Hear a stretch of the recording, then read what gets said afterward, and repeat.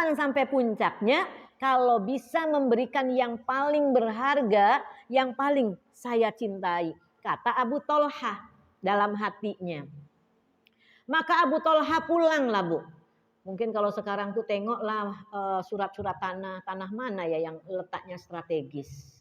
Benda apa ya yang paling bagus, yang paling saya cintai. Dipikirkan, Bu.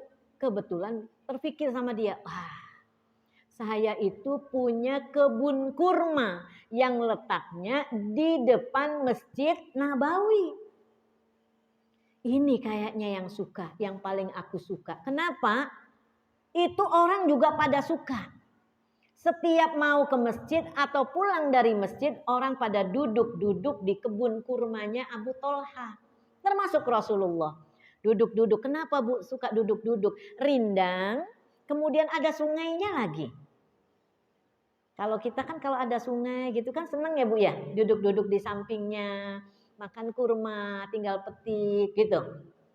Akhirnya terpikir sama Abu Tolha, ini kayaknya yang aku akan infakkan. Inilah harta yang terbaik yang aku miliki.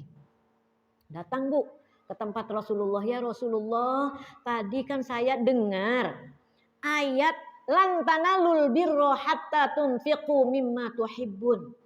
Saya pikir-pikir, terus saya pikir apa yang paling berharga dalam hidup saya. Harta apa yang paling berharga untuk saya.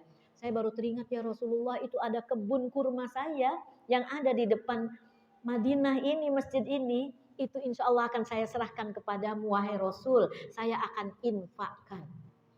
Apa kata Rasulullah? Bah, sampai 3 kali, Bu. Bah itu artinya beruntung, beruntung, beruntung. Kalau bahasa kitanya apa ya?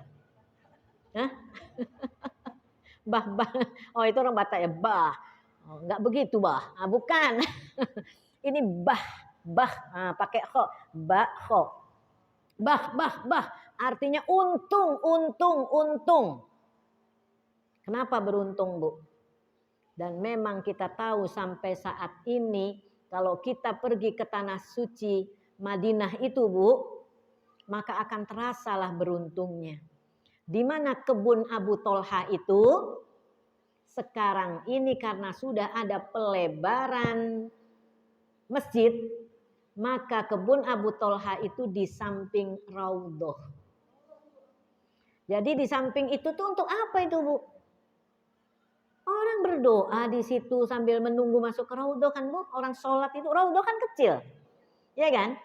Nah itu di samping tuh ada orang yang sholat, ada orang menangis, ada orang yang baca Quran, macam-macam lah. Tapi nggak ada yang maksiat di situ. Semuanya kebaikan. Kira-kira sebanyak itu orang melakukan kebaikan, larinya kemana?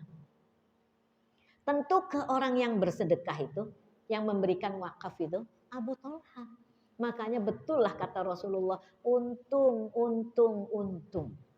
Cobalah. Kalau seandainya tanah itu tidak diberikan kepada Rasulullah, mungkin udah dibuat rumah, ya kan? Udah dibuat lah, udah dibagi-bagi sama anak keturunannya. Iya, kalau anak keturunannya bagus-bagus. Kalau enggak, berantem dia sesama mereka. Ada orang tua yang katanya sayang sama anaknya, disediakan lahan. Ya kan, Bu? Disediakanlah rumah, disediakanlah ruko. Rupanya antar anak ini udah dikasih ruko satu-satu, masih berantem dia. Ruko dia tuh enak aja tuh, tempatnya strategis. Saya paling ujung, dekat tong sampah